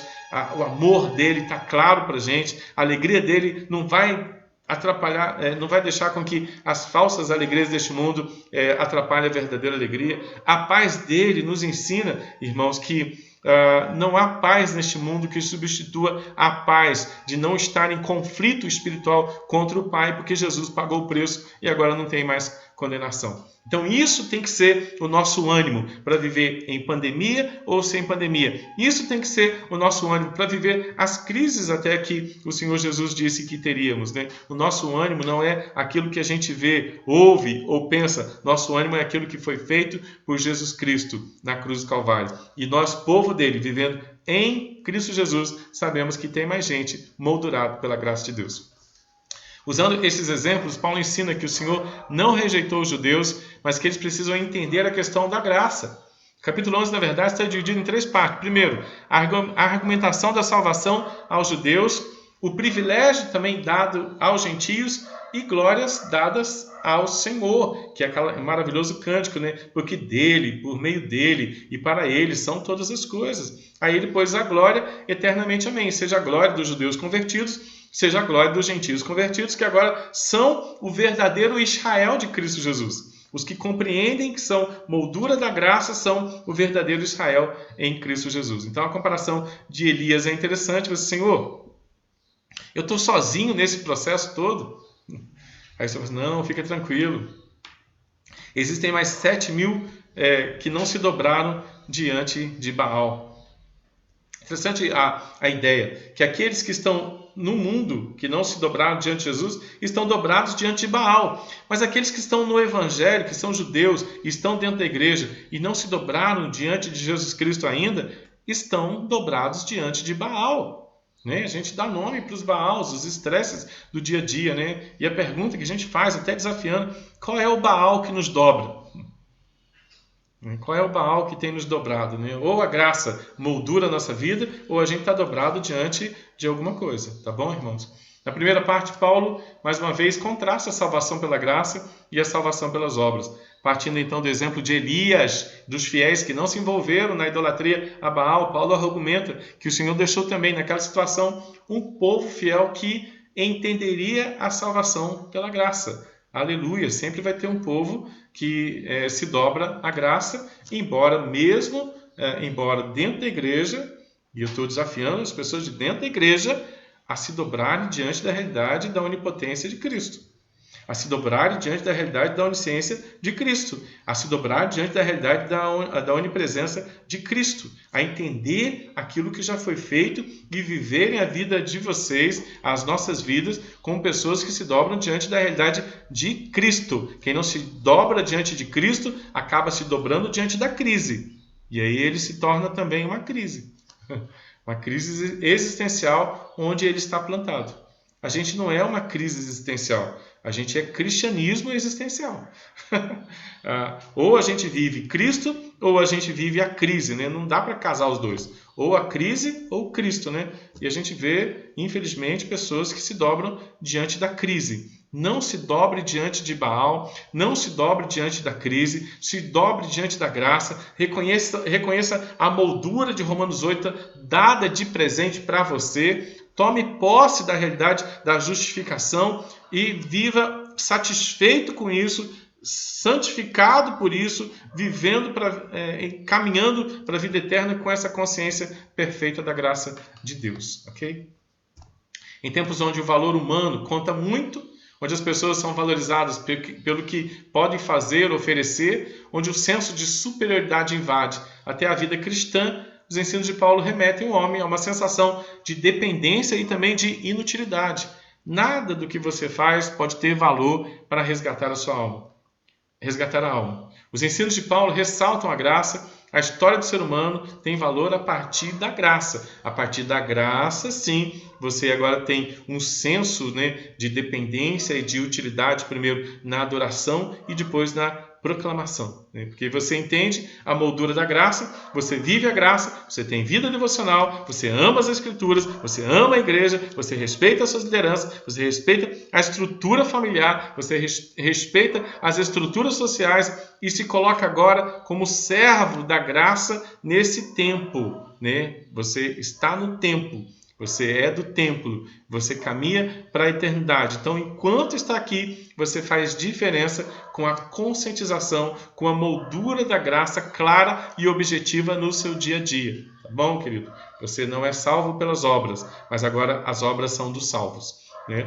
Então, a gente vai viver as boas obras que o Senhor planejou para nós. Assim, pois, também agora, no tempo de hoje, sobrevive um remanescente segundo a eleição da graça. Olha que bonito esse termo, né? Remanescente segundo a eleição da graça. E se é pela graça, não é por obras. Do contrário, graça já não seria graça. A pregação da exclusividade da graça para a salvação não deve ser esquecida e nem trocada por pregações de autoajuda, coachismo, ou motivações baseadas no positivismo, na valorização do ser humano como um fim em si mesmo, capaz de, por suas forças, resolver todas as suas questões. A gente vive num tempo onde as pessoas estão buscando coachings, autoajuda, pensamentos positivos, e sei lá das quantas, e acende um incenso aqui e faz um negocinho ali. E às vezes as pessoas transformam até o aconselhamento em autoajuda. Se você quer ajudar alguém, meu irmão, prega Romanos 8 para ela. Você quer ajudar alguém, irmão? Prega Romanos 3, prega Romanos 1, 2 e 3 para a pessoa. Aprende como Paulo estruturou a igreja de Roma para entender o que a gente tem que ensinar para uma pessoa. Estuda Romanos, vai assim, vou ensinar Romanos para uma pessoa. Romanos 1 diz assim, olha, que não há nenhum que presta, Romanos 2 fala assim, nem os que estão de dentro da igreja, que não têm comunhão com aquilo que é a graça, também prestam. Romanos 3, ele equilibra todo mundo. E aí a gente vai aprender que a justificação pela graça de Deus é que nos mantém em comunhão com o Deus da graça, chamado Jesus Cristo, e Ele planta em nós o seu Espírito, para que agora, como filhos da graça, possamos ser plenos nele. E aí vai. Não é por obras, não é por conceitos, não é por definições teológicas, não é por argumentos muito bem organizados, mas é pela graça divina. Não são coaches, não são psicólogos, não é psicoterapia. Irmãos, a terapia do cristão é o conhecimento da verdade escrita de Deus, é o conhecimento da graça de Deus. Nenhum psicólogo, nenhum psiquiatra, nenhum positivismo, nenhuma regra positivista pode ajudar ninguém. Porque isso também é humanismo. O que pode ajudar você, levantar você ou levantar alguém que você ama é o conhecimento da verdade escrita de Deus. É a graça soberana de Cristo. Nenhuma outra coisa substitui a graça soberana de Cristo. Então, se você está caçando ajuda em qualquer outra coisa que não é graça, então você não vai ser ajudado lá dentro. E você vai ser condicionado a treinamentos de repetições emocionais que não levam você a um amadurecimento espiritual, amadurecimento da mente em Cristo Jesus. Então você precisa de ajuda espiritual, você precisa de conscientização espiritual, conscientização bíblica. Se você quer ajudar alguém, vai lá, lê Romanos 8 com ela, lê Romanos com ela, lê graça com ela, lê a Bíblia com ela, lê Evangelho com ela, lê João com ela, lê a Bíblia com ela. Quer ajudar alguém que está passando por angústias, tristezas, depressão, estresse, tudo que for que você imaginar, a única solução para essa pessoa é o conhecimento de Jesus Cristo como Salvador e depois como Senhor, como Deus eterno e todo-poderoso que justifica aos seus filhos, tá bom? Vamos caminhar.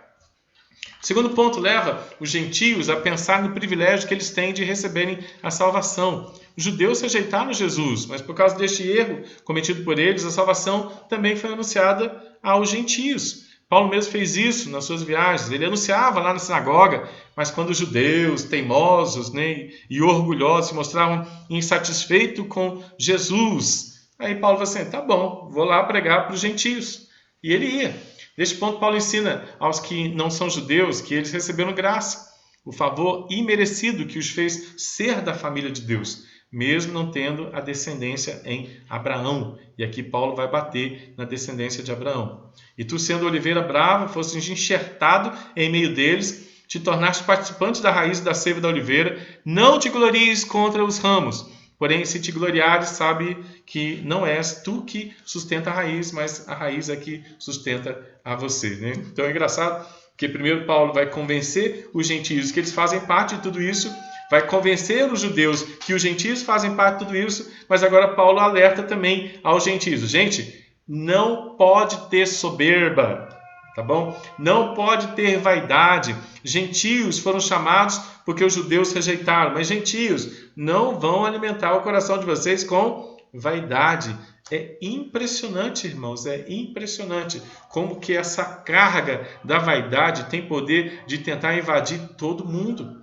Lembra da mensagem de domingo à noite, quando a gente fala que Paulo recebeu um espinho na carne, um mensageiro de Satanás, um ângelo satana, um lembrete das trevas, um lembrete de que a vaidade, ela quer dominar o coração da gente e a gente quer sempre se posicionar por cima até de Jesus, irmãos. A gente quer se posicionar por cima dos irmãos, a gente quer se posicionar por cima de Jesus, a gente quer se posicionar por cima das pessoas, né? Essa é uma vaidade. Então Paulo está dizendo assim, olha, vocês cuidado com a vaidade. Não se glorie contra os ramos. Se te gloriares, sabe que nunca foi você que sustenta a raiz, mas a raiz é que sustenta a você. De novo, né? Romanos capítulo 1, de novo, Romanos capítulo 2 e de novo Romanos capítulo 3. Né? Romanos capítulo 1, gentios. Romanos capítulo 2, judeus. Romanos capítulo 3, o Senhor igualando todo mundo. Para que ninguém seja vaidoso, mas para que todos sejam adoradores, em espírito e verdade, e todo mundo se ajude, e todo mundo se carregue, irmão. Estamos todos em crescimento espiritual. Esse é o projeto maravilhoso da comunhão dos santos, né? Se alguém cair, a gente vai lá buscar, a gente levanta e fala assim, cara, vamos levantar, não sou melhor que você, a gente é tudo igual, mas vamos se esforçar. Quem não está lendo, se esforça aí. Quem está lendo, ajude quem não está lendo. Quem está lendo, quem não está lendo, vamos buscar quem está lendo, quem tem comunhão com o Senhor, quem já está moldurado pela graça divina, vamos buscar aqueles que ainda não estão moldurados pela graça divina. Tem gente que não está moldurado pela graça divina dentro da igreja e tem gente que não está moldurado pela graça divina também fora da igreja. A gente tem que pregar o evangelho para a gente que está dentro da igreja e para a gente que está fora da igreja. Por isso que o evangelho tem que ser repetido constantemente. E como Lutero disse, né, a gente precisa ouvir o evangelho todos os dias, porque a gente acorda e já se esquece do evangelho. Agora imagina gente que passa dias e semanas sem ler a Bíblia, irmãos. Que coisa terrível que deve ser na vida das pessoas que convivem com eles. A figura usada aqui é de uma oliveira com ramos naturais, que foram quebrados, judeus, para que os outros ramos de oliveira bravo fossem enxertados, nós, os gentios, e recebessem a seiva da oliveira boa, verdadeira, que é Jesus Cristo. Paulo apela agora aos gentios, a todos os que receberam a salvação e a justificação pela fé, moldurados pela graça, para que não se esqueçam de alguns pontos importantes para o fortalecimento da vida cristã. O sustento vem da raiz, a raiz é Jesus Cristo. Não te glories contra os ramos, porém se te gloriares, sabe que não és tu que sustenta a raiz, mas a raiz é que sustenta você. Não se torne orgulhoso por estar firme e outros ainda não estarem firmes. Tu, porém, mediante a fé, estás firme. Não te ensoberbeças. Teme. Bonito, né? Como que é prático, né? Esse capítulo 11. É bonito como o Senhor chama a gente ao compromisso, né? De cuidar das pessoas. Estamos na mesma raiz, né? Fomos enxertados, alguns foram enxertados na raiz, na planta, né? Mas a raiz é o Senhor Jesus Cristo. Então, aqueles que foram enxertados ou aqueles que já estão bem, não sejam soberbos por já estarem produzindo frutos, né? Acho legal a gente sempre estar dizendo assim, vamos ajudar o fulano a amadurecer, vamos ajudar o fulano que está dentro da igreja a amadurecer, vamos falar com amor com ele, vamos conversar com amor, vamos ser brandos, espirituais, ternos de afetos, né, com essa pessoa para que ela amadureça. Vamos buscar lá fora os nossos Simões, as pessoas que ainda não conhecem Jesus Cristo. Vamos criar o nosso projeto Simão, vamos anotar o nome de pessoas que Deus já colocou para o nosso convívio, vamos dar a Bíblia de presente para essas pessoas que Deus já colocou no nosso convívio. Vamos criar um projeto? Vamos chamar ele de quê? Projeto Simão. Chamar ele de Projeto Simão. Projeto de evangelização. Quem eu vou evangelizar? Vou evangelizar as pessoas que o Senhor já deu de presente para mim. O que eu vou dar de presente para eles? Vou dar de presente para eles uma Bíblia, para que eles tenham o privilégio de ler a Bíblia e para que eu possa ligar para eles ou mandar mensagem do meu celular para eles dizendo assim, olha, você tem lido a Bíblia que eu te dei de presente? Porque esse é o maior presente que você pode ter. O presente que eu recebi do conhecimento e da moldura de Cristo Jesus. Ok? Considere sempre a severidade e a bondade do Senhor, comprometendo-se com a revelação que foi feita para a salvação, a fim de manter firme a caminhada cristã. Considerai, pois, a bondade, a severidade de Deus, para com os que caíram, severidade, mas para contigo, bondade de Deus, se nela permaneceres. De outra sorte, também você vai ser cortado. Olha Deus ameaçando quem já está na fé e quem não está levando a sério o alimentar-se da fé.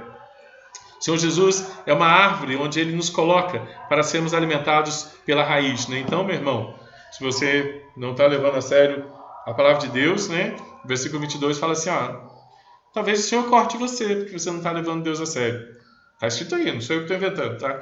Ainda bem, né? Talvez o Senhor você não está entendendo a bondade de Deus, né? Não está permanecendo na bondade de Deus, então talvez seja legal fazer uma limpa, né? E essa limpa, né, que Deus vai cortar aí é você, né? Você não está levando Deus a sério, você sabe falar que tem gente que não leva Deus a sério, e você mesmo não está levando Deus a sério, você não está lendo a Bíblia, você não está comendo porções das Escrituras, né? Então a Bíblia está ameaçando você aqui, né? É a Bíblia ameaçando você, não é pastor de igreja ameaçando você. Considera a bondade, mas considera a severidade de Deus para com os caídos, né? Severidade, mas para contigo, bondade de Deus, se você permanecer, né? João capítulo 15. Eu acho o Romanos parecido com João em várias partes do treinamento e informações de João, né? Permanece naquilo que foi dado para você também não ser cortado.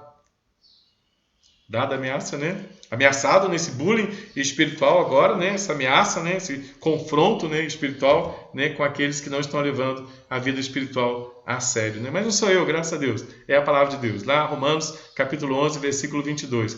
Romanos 11, 22 fala isso. Apocalipse 22, 11 fala assim, quem é sério, continua sério. Quem está brincando, continua brincando. Daqui a pouco Jesus volta e você vai ver o resultado de ter brincado com aquilo que foi a sua grande oportunidade, né? Feita a ameaça, continuemos. Tudo se centraliza na misericórdia de Deus, que enxertou ramos ruins na oliveira excelente e tirou da oliveira excelente aqueles que não estavam frutificando. No entanto, por causa de sua misericórdia, conforme sua vontade, Ele pode reenxertar novamente os ramos infrutíferos e fazê-los frutificar. É Lucas capítulo 15. Olha que maravilha, né? Às vezes alguns ramos são arrancados, né? E aí eles começam a viver uma podridão, um fedor. Eu penso assim, eu estava tão bem. Aí o Senhor fala assim, entendeu que estava bem, né? Entendeu que estava na graça. Entendeu agora que sem Jesus a vida é uma desgraça. E aí volta para a graça, para aprender a amar o Senhor, para aprender a ser moldura da graça, para aprender sobre a predestinação, para entender que não se deve brincar com a graça divina, mas levá-la a sério, porque o Senhor não brinca com a graça divina, o Senhor leva a sua graça muito a sério. Todos dependem unicamente da ação da misericórdia do Senhor, que no tempo oportuno se revelará aos seus eleitos, trazendo para os seus eleitos a salvação. A escolha eterna do Senhor é irrevogável. Ele irá certamente cumprir todos os seus propósitos. Os que já foram alcançados pela misericórdia, por favor, vivam em gratidão, em satisfação, em adoração e proclamação da salvação de Jesus Cristo, sabendo que daqui a pouco o Senhor vai te levar para o céu. Agora também, irmãos, aqueles que ainda não foram alcançados precisam levar, aqueles que estão na igreja e que não estão levando o Senhor a sério, precisam levar o Senhor a sério, né? Eu vou ler aqui esse finalzinho aqui e passo a palavra para quem está pedindo a palavra, e acho que é uma pessoa lá da igreja. Vamos lá. O terceiro aspecto que fecha o capítulo 11 resume todo o assunto da justificação, da eleição e da misericórdia, apontando todas as ações para a glorificação de Jesus. Quanta sabedoria, quanta profundidade, quanto domínio e soberania revelados no relacionamento com os seus filhos, né? Participação? Quem é? Raquel colocou: não fomos chamados e escolhidos para vivermos alheios à salvação. O que Paulo fala é muito sério para nós. É ingratidão ser chamado para a graça e não viver em crescimento nesta graça. É interessante, né? Esse é o desafio, né? Esse é o desafio claro e bonito das Escrituras, né? Nós não fomos chamados para viver sem a conscientização e sem uma ação, oração e adoração consciente com aquilo que é a nossa vida espiritual para o crescimento espiritual. Um grande abraço para a nossa irmã Raquel. Deus abençoe muito pela sua participação. Mais alguém? Só lembrando aqui, irmãos, eu acabei de receber uma mensagenzinha aqui. Depois que terminar esse estudo maravilhoso de Romanos, Aí a gente vai ter uma homenagem aos adolescentes, né? Pelo Dia Nacional do Adolescente. Então, não vai embora ainda não, né? Fica mais um tempinho aí para você ver a homenagem aos adolescentes. Daí depois a gente volta para os avisos. A gente está caminhando já para o final, né? E rapidinho a gente já fecha Romanos capítulo 11 e vai ser tão gostoso semana que vem estudarmos Romanos 12, 13, 14, 15 e 16, porque é tão prático Romanos 12, 13, 14, 15 e 16, que quando você lê Romanos 12, 13, 14, 15 e 16, você vai dizer assim, olha, moldurado por Romanos 8, eu tenho condições de viver e existir para a glória de Deus, que é o que a nossa irmã Raquel colocou aí. Não fomos chamados e escolhidos para vivermos alheios à salvação. O que Paulo fala é muito sério para nós. É ingratidão ser chamado para a graça e não viver a graça. É ingratidão termos tamanha graça e não vivermos a graça. Salmo 116, lá no Antigo Testamento já dizia isso, que darei ao Senhor por todos os seus benefícios para comigo. Essa é uma pergunta, irmãos, que a gente deveria fazer. Senhor, o que o Senhor quer fazer comigo nesta manhã, né, neste dia? Porque eu preciso ser grato por todos os seus benefícios dados de presente para mim, né? Se a gente começasse a fazer essa pergunta para Jesus, os nossos dias seriam bem melhores, né? E a gente estaria bem amadurecendo e amadurecidos para a glória de Deus, para trabalhar para Ele, glorificar seu nome. Por quê? Porque dele, por meio dele, para Ele, é você, a Ele então, a glória para sempre. Amém. Eu nasci para a glória de Deus, eu sou para a glória de Deus, então vou existir e passar o meu dia para a glória de Jesus Cristo. Vou acordar, vou viver em família para a glória de Deus, vou estudar, vou viver em família para a glória de Deus, vou estudar para a glória de Deus, vou trabalhar para a glória de Deus, vou ter posses para a glória de Deus, vou ter sabedoria para a glória de Deus, vou fazer tudo para a glória de Deus, porque tudo o que a gente faz no nosso dia que não é para a glória de Deus é vaidade. E tudo que a gente faz para a glória de Deus é estabelecimento da verdade, né? Ou verdade ou vaidade, né? Vamos fechar? Vamos lá. Os privilégios da graça estão acessíveis a nós que somos agora feitos filhos do Senhor.